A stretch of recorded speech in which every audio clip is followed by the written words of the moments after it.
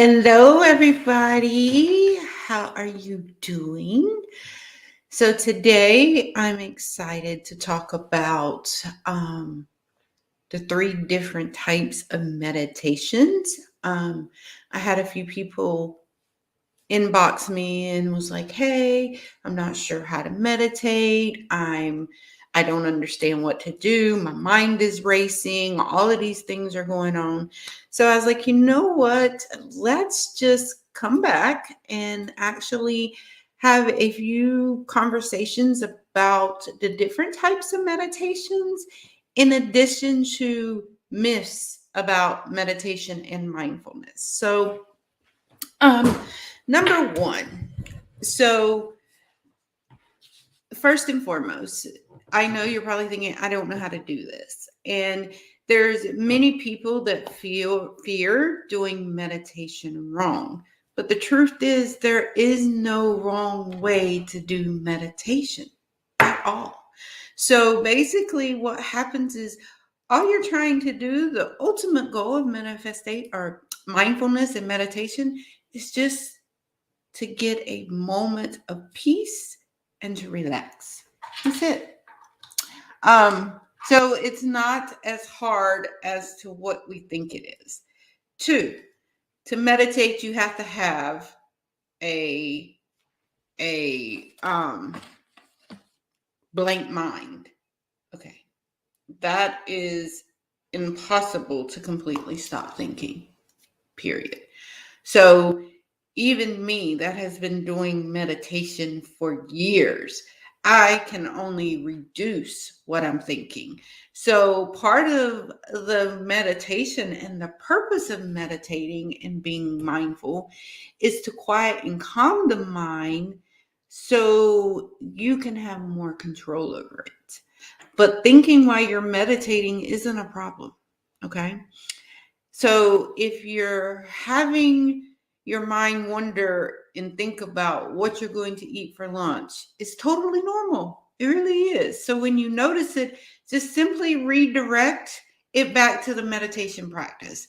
One of the ways that I do, like yesterday when we were talking about the square breathing, that's very effective because what happens is as you're breathing, you're counting. So typically, when you're counting and breathing, your mind can't process three, four, five, six things at a time.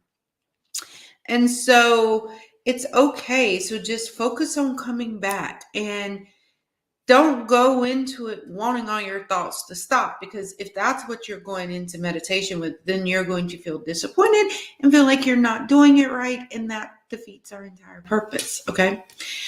Meditation means sitting in an awkward position that requires you to be flexible.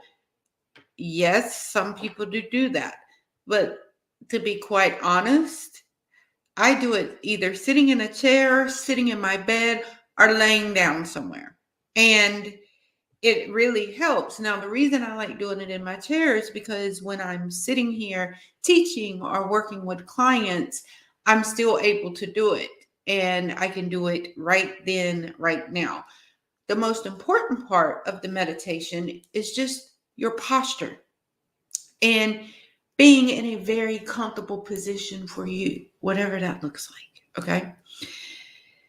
Ah, this is my favorite one.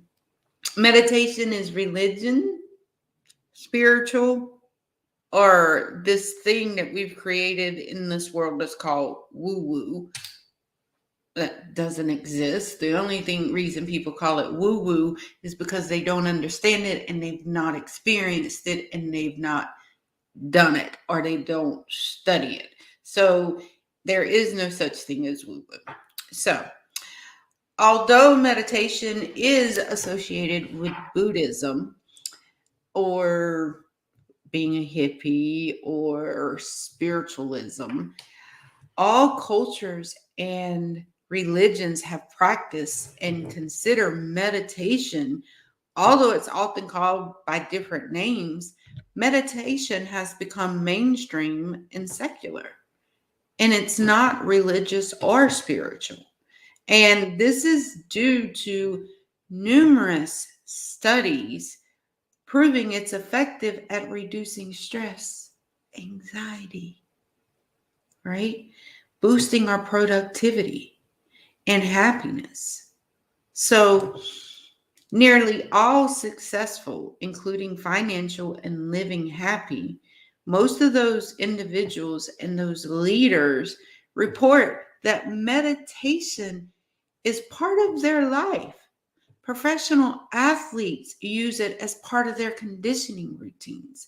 So, none of these meditations are any symbolism or any concept or belief or any kind that is spiritual or religious in any nature. That is totally upon you.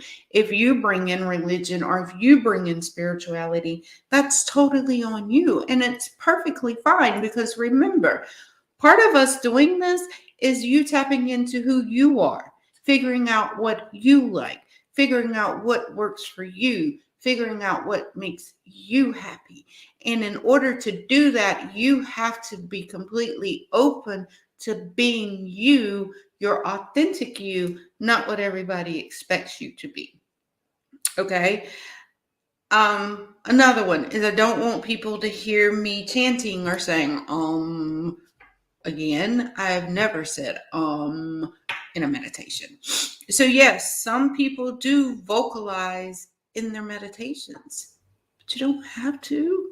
None of the meditations that I'm going to be teaching you require you to make any of that noise. The meditations we did yesterday, none of them required you to make noise, right? People who meditate are always peaceful. Although statistically, someone who meditates is more likely to feel content, peaceful, happy, and focused. Okay? But by no means does that say that we don't have stress, anger, and occasionally go up into smoke. That still happens. Like I said, I've been meditating for years. Are there times where I would still get angry or disappointed and mad? I mean, that's life. But the difference is when those things happen, you see it immediately and you process it. You don't constantly go off the handle. Okay.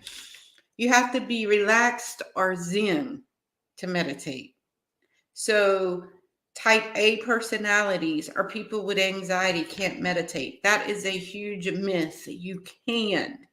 This is so not true. In fact, people who are high strung, high energy, anxious, and have attention deficit disorder can benefit with meditation even more than others. Again, you can't do it meditation's wrong. Some people, especially people who practice meditation a lot over a long period of time, can get into a deeper state of relaxation than others. However, no matter who you are, taking the time to practice breathing techniques and focus your mind always has positive benefits, always. And it allows us to be calmer and our well-being to be better. So again, there's 3 different types of meditations. There's formal, they're informal, and then there are retreats. So informal is just being mindful of whatever you're doing in the moment, such as going for a walk or noticing every step you take. It's also unstructured, meaning there is no routine.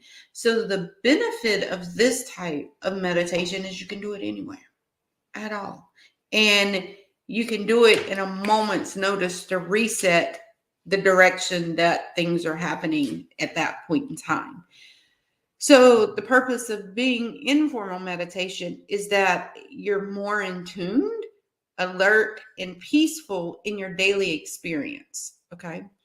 Formal meditations are more routine and deliberate, such as meditating for 10 minutes every day at 10 a.m. using predetermined techniques.